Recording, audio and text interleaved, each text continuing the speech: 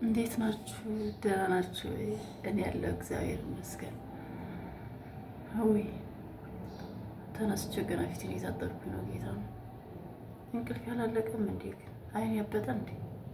አበጠ መሰለኝ። ነገር እንግዲህ ግን በጊዜ ተኛለሁ። ከዛ ያው መዳሜ በመሀል ትቀሰቅሰኛለች። የሆነ ነገር ስለምትፈልግ እነሳለሁ። ከዛ ደግሞ እንቅልፌና አትምጣ በቃ ትግል ነው ትግል። ከዛ እኔ እንቅልፌ ምጣ በሰመመን ይሆን ብቻ ግን ተኝቻለሁ። ማለት ሰሞኑን ግን አልተኛ እንቅልፌም ቢውሉኛል። የዛሬ ስንት ዓመት ነበረ? 8 ዓመት ምናምን አካባቢ ይመስለኛል መጥቼ ነበረ ሳውዲ እና ለ1 ዓመት ከ2 ወር ነው የሰራሁት። እና የእሱ አይነት ድብርት ነው ያለብኝ አሁን። እግዚአብሔርን እኔ እንዴት እንደምላችሁ አላውቅም። ምን ሆኜ ነው የዛኔ 1 ዓመት ከ2 ወር ተቀምጬ ነው ወደ ኢትዮጵያ የተመለስኩት። እና አሁን ደግሞ ተኝቼ እንቅልፍ እምቢ አለኝ። በቃ እንዲሁ ፍጥጥ ብዬ ነው የማድረው ጋይስ። ወይኔ እንደዚህ አይነት መንፈስ የተመታ ይሁን። እውነት እንዴት ነው የምኖረው? በቃ እንቅልፍ የሚባል ነገር የለም። በቃ እኔ የምፈልገው ሰርቼ ለሽ ብዬ መተኛት። አልናፈቃችሁም? የምተኙ ያው አታውቁትም፣ ግን እንቅልፍ እምቢ ያላችሁ ሰዎች እንደኔ ካላችሁ ታውቁታላችሁ። እና አሁን ስለሱ አይደለም ላወራ የፈለግኩትኝ። ፀጉሬ ራሱ ምን ይመስላል? ራሴ መጠበቅ አቁሜያለሁ። ብዙ ነገሮች ሲበላሹባችሁ በቃ ያስጠላችኋል እኮ። እንደውም ተመስገን አንቺም በሆነ ነው የምትሉ ሰዎች አላችሁ። እኔም ብትሆኑ መሞት እስካልፈልጋችሁ ድረስ ትኖራላችሁ። እኔ ደግሞ ለልጄ ስል መኖር ነው እንጂ መሞት አልፈልግም። ምክንያቱም እኔ ስኖር ራሱ እንደዚህ ከተንገላታችሁብኝ እኔ ስሞትማ መንገድ ላይ ትወድቃለች። ስለዚህ ለሷ ስል መኖር አለብኝ። እና ለእንትን ነው ዛሬ ላወራ የፈለኩት ለነ ቅዱስ እና ማን ነበረ ስሟ እንዴ? የእውነት ሴት ነበረች እና እነሱ ስለተፋቱ መፋታት ምናምን እግዚኦ እግዚኦ እግዚኦ። እኛማ ምንም አይነት እድል የለንም ከዚህ በኋላ። እነሱ ከተፋቱ እናንተ በቃ እርጅናማ መጥቷል እኮ። አቤት እንደዚህ ስል የሁላችሁም ነው ወይኔ ብቻ ነው እንደዚህ ስል ማለት ነው። ግንባሬ ይሸበሸባል። እንደዚህ ስል ኖርማል ነው የለኝም፣ ግን እንደዚህ ስል ምናምን እንደ ሁሉም እኮ ነው ግዴታ ነው እንደዚህ። እና እኔ ብለህ ትዳር እንደዚህ በቃ በጨዋታ ሆነ። አይ አሁን ከሷ ውጭ ሴት ማለት ነው ትዳርና አያያዝ ባልና አያያዝ እንደሱ አለ እንዴ? የለም እኮ። ወንዶች ግን እንዴት ነው ያደረጋችሁ? ማለት ፈላባችሁ እናንተ እንደው ከላያችሁ ላይ የሆነ የሚወርድ ነገር የምጠባችሁ በቃ ማለት እና ቀዝቀዝ የሚያደርግ ነገር እንጂ እንዴት ነው? እኔ በጣም ብዙ ኮሜንት እያየሁ ነበር። ልክ እኔ ወደ አረብ ሀገር ስመጣ ላንቺ ያልሆነች ኢትዮጵያ እንደሚሉት ማለት ነው። ልሄድ ነበር ኢትዮጵያ ተውኩት እንደሚሉት። አሁን ደግሞ በእነሱ ትዳር እናሱን አይቼ ነበር። ትዳር ራሱ ሲገፋፋኝ የነበረ ተውኩት የሚል መዓት ኮሜንት ነው ያየሁት እና ገረመኝ። በቃ እውነት ገረመኝ። እንደው ግን ምን ነው እንደው ምን አይነት ሰይጣን ቢገባ ነው? በነገራችን ላይ እኛ ኢትዮጵያውያኖች ማለት ነው እንደዚህ ደስ የሚል ነገር ስናይ እሰይ እንኳንም ጥሩ ሆነ እንደው ፈጣሪ ያዝልቅላችሁ ምናምን አንልም። ወይ ታድለው በቃ አይናችን እርጥብ ደረቅ እንጨት ይሰብራል። እውነቴን ነው የምላችሁ። እና ለዛ ነው እንደው የሆነ ነገር ስታዩ ትትበሉ ማሻአላህ በሉ። አዎ እውነት ለሰውም ጥሩ ነው በቃ ለነዛ ሰዎች ማለት ነው እግዚአብሔርን። እና እነሱ ከተፋቱ ምን አይነት ትዳር ነው የሚቀጥለው? እንደው ዝም ብላችሁ ልክ እንደኔ ወልዳችሁ ልጃችሁን ከማሳደግ ውጭ ማለት ነው። ቢያንስ ስትወልዱ ደህና ካለው ቻፓ ካለው ማለት ነው ኪሱ ምናምን ሞላ ካለው ከሱ ወልዳችሁ ቢያንስ እንኳን የራሱ ጉዳይ። እንደኔ ከድሃ ወልዳችሁ እንትን እንዳትሰቃዩ፣ ልጆቻችሁን እንዳታሰቃዩ። በቃ አሁን ያለን አማራጭ ይሄ ነው። ልጅ እየወለድን ብቻ መሸኘት ነው። የራሳቸው ጉዳይ። እግዚአብሔርን በቃ አሁን እንደ የእነሱም እግዚአብሔር ስላልፈቀደ ነው ሊባል እንጂ ለሃይማኖቷ ያላት ክብር፣ ለባሏ ያላት ክብር፣ ለትዳሯ ለቤቷ ያላት ክብር። አሁን እሷን እናት ትሙት እንዴት ብሎ ነው እግዚአብሔር አይፈቅደውም በቃ እግዚአብሔር ስላላለው ነው ሊባል የሚችለው? እኔ አላውቅም። የእውነቴን ነው የምላችሁ እንጂ የእውነት እንዴት እንደዚህ ሊሆን ቻለ እንዴ? ይሄ ሰውዬ ይሄ ዱዚ ማለት ነው።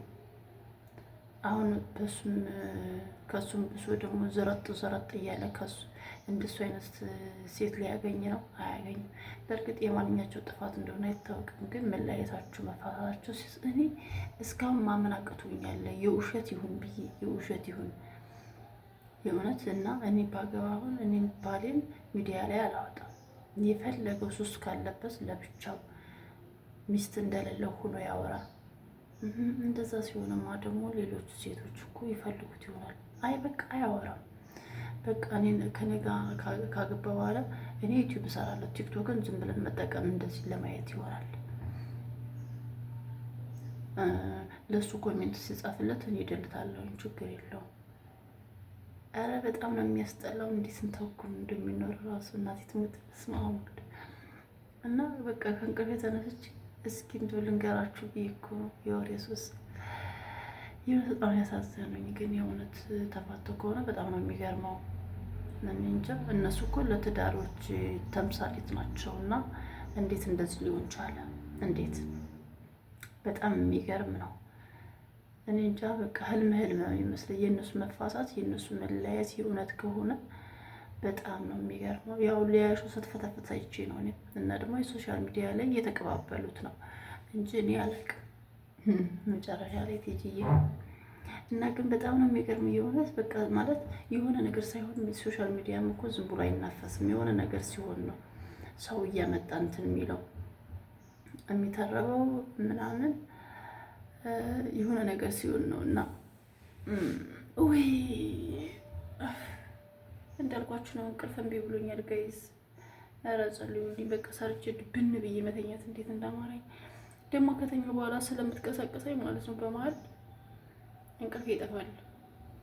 ሲጀመር በደንብ አልተኛም እና እንደዛ ነው።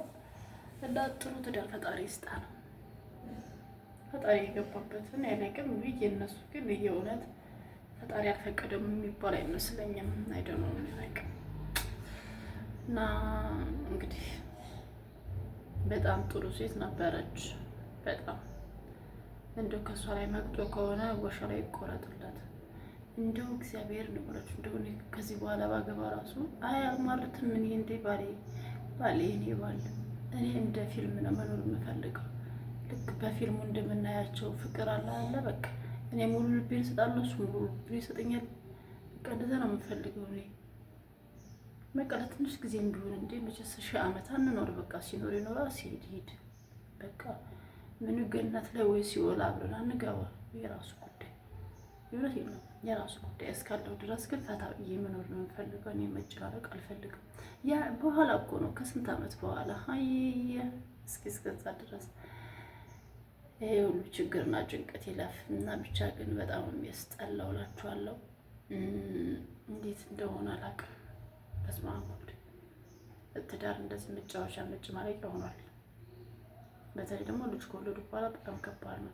እኔ ትዳርን አላውቀውም ነው ስለምነግር አግብቼ አላውቅማ አግብቼ ስለማላውቅ አላውቀውም።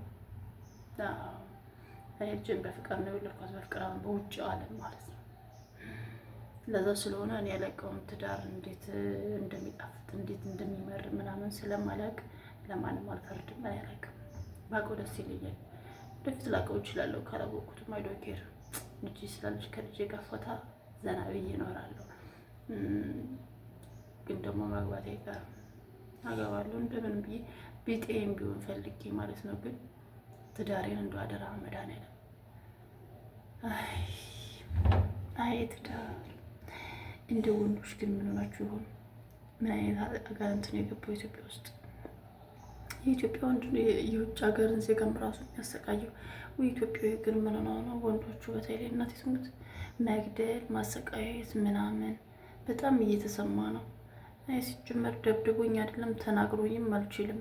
እግዚአብሔርን እንደዚሁ በመጣበት እግሩ በመጣበት ዳይ እንዴ እና በውጭ መዝናናት ይቻላል እኮ የእውነቴን ነው የምላችሁ። እንዴ ያለ ወንድ መኖር አይቻልም? ማርያም ይቻላል። እኔ ስንት ዓመት የልጅን ከወለድኩ በኋላ ወንድ ልጅ ነክቼ አላውቅም። እኔ ያዛችሁ እና ለማንኛውም ወዳችሁ ያለው ወደ ስራ ልገባ ነው። እኔ ከተነሳ በኋላ ነው እንቅልፍ የሚመጣው። ሰይጣን ስለሆነ እኮ ነው የምትይኝ። እኔ ግን ብዬ አሻፈረኝ ብዬ ወደ ስራ እገባለሁ። ስራዬን ስሰራ ነው የምውለው። እግዚአብሔር ይመስገን። ዋናው ሰላም ነው። ሰላም እግዚአብሔር ይመልስልኝ። ልጅ እንደና ያደርግልኝ። ሀገሬን ሰላም ያደርግልኝ። እኔ ሰላም አይመለከተኝም፣ ግን ያው ስለተወራ ወራለሁ። ደግሞ በጣም የሚያሳዝን ነገር ስለሆነ ነው። የእውነት በጣም የሚያሳዝነው። የፈለገው ለሰው አልጨነቅም፣ ስለሰው ምን አገባኝ ቢባልም እንደዚህ አይነት ነገሮች ሲፈጠሩ ዝም አትሉ። ውስጣችሁ ሰው አይደላችሁ። እንኳን እኔ ቦጭቧቿ እንኳን እኔ የዋ እንደዛ ነው። ለማንኛውም ጋይስ መልካም ቀን ይሁንላችሁ። አበረታችሁ።